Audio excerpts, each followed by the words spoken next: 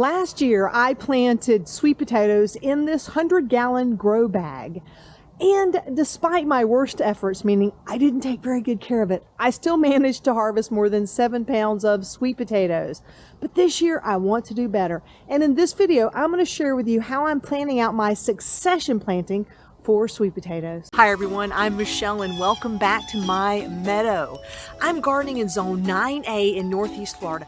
I'm not an expert gardener, but I love showing you the good, the bad, and the ugly, and embracing the imperfection that learning to garden has to offer.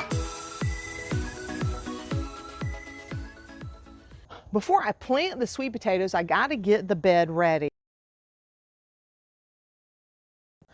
When I harvested the sweet potatoes the other day, I left this one vine hanging in here, and it is attached to that sweet potato.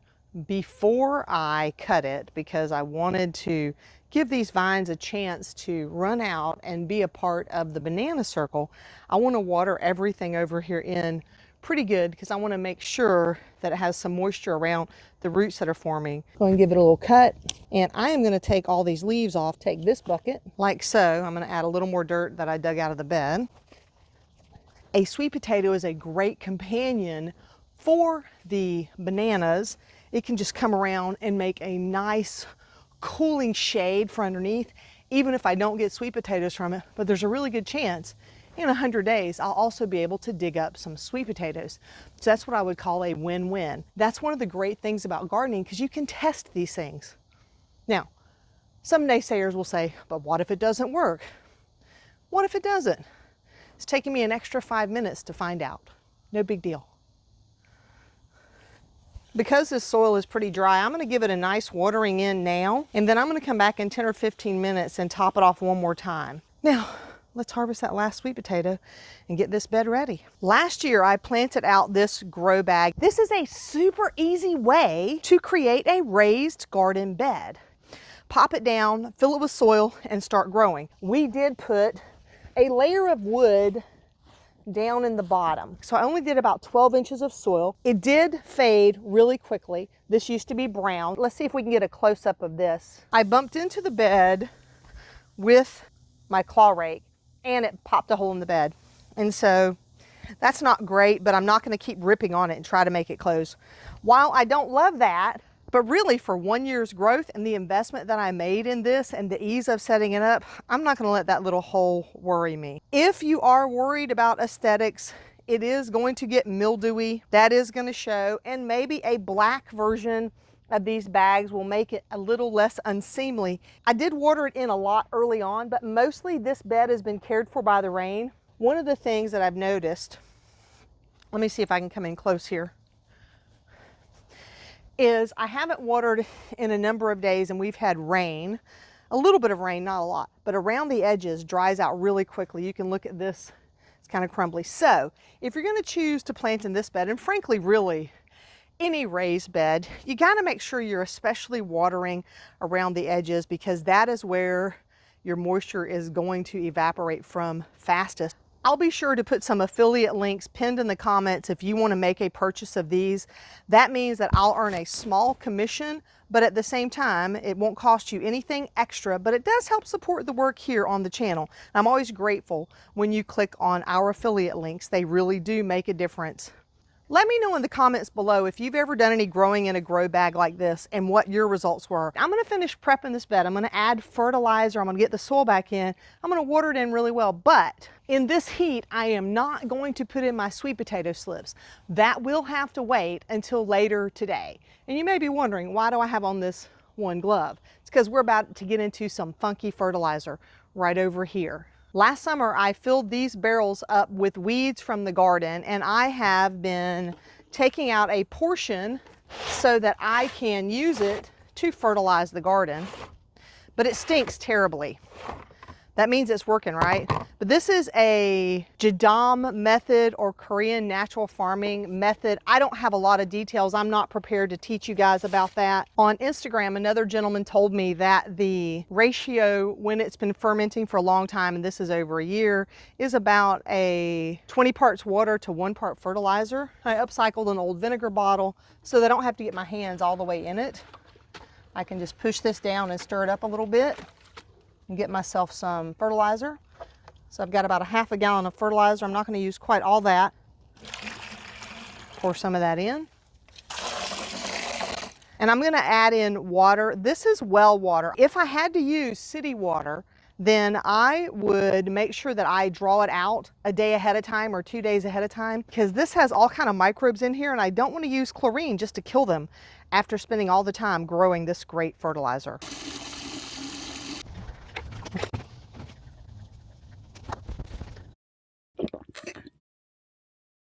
I'm also going to add in a little bit of bone meal and some bat guano. One thing that you need to know about sweet potatoes is they don't need a lot of nitrogen. Nitrogen will give you lots of greens, and if you want potatoes, you want the nutrients that are going to feed the sweet potatoes, feed the roots. So you're looking for fertilizer combinations that will feed the roots. Now, it's not lost on me that I planted greens in here with this, which actually have a higher nitrogen demand than sweet potatoes. So maybe I'll rethink that another time, but for today, I'm going to finish getting this bed ready with these ingredients.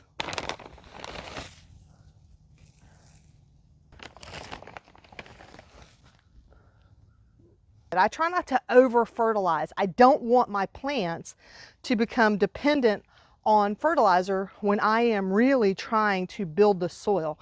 The soil life is the thing that gives your plants what they need.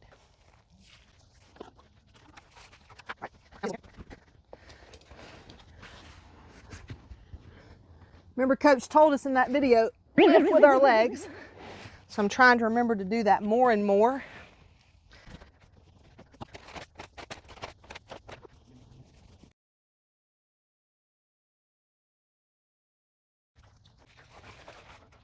Whew.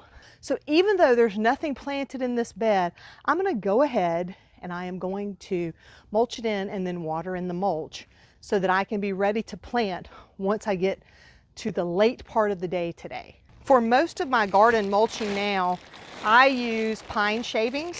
Some people have warned me that eventually it's going to be too acidic for many of the things that I plant. I'm really not seeing any impact, and it's something that's easy for me to manage.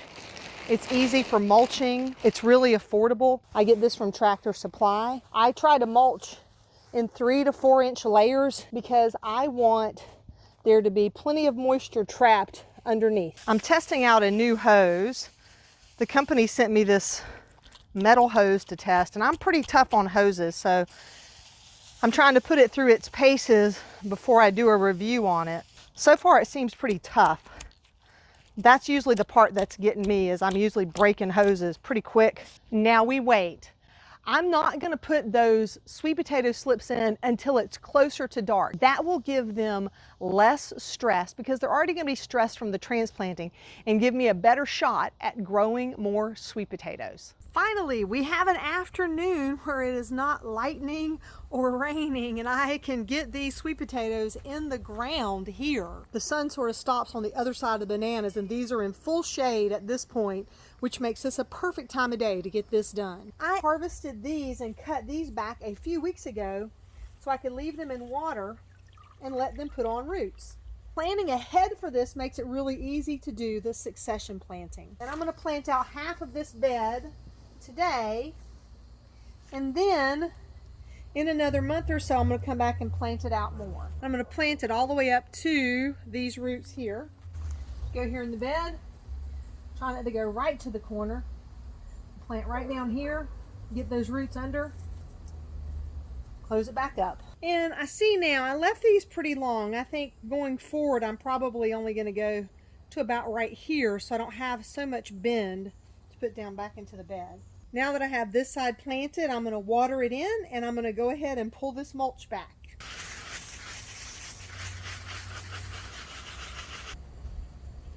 I want this to focus on roots, not leaves. So I'm going to come through and I'm going to cut off all the extra leaves. I'm going to leave just one leaf on each of these. The roots won't have to support so many leaves, and maybe it will focus more energy back down to those roots so they can start growing and making more sweet potatoes. Everything in my garden is an experiment. Like, I tried to see if you could grow roots out of the leaves. It doesn't work. You can't grow roots out of the leaves. But I have planted from the slips before without growing the slips on the potato, so that worked. We just got to keep learning these things and trying these things.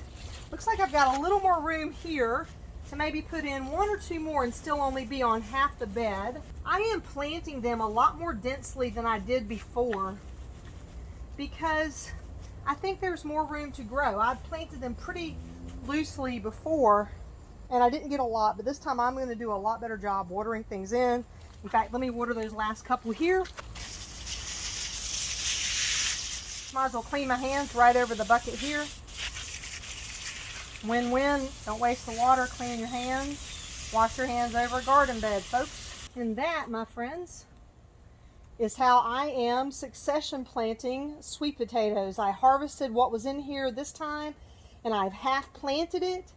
And in about a month, I'm going to come back and plant the other half, and then they should come into harvest time about a month apart. And when I harvest that side, I am going to give it more of my fertilizing system like I already did here, and then plant that side again. And I'm just going to keep rotating sweet potatoes through this bed.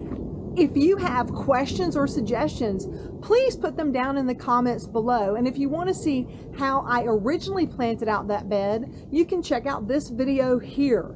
Until next time, my friends, remember to drink plenty of water, wear that high quality sunscreen, and as always, have a fantastic day.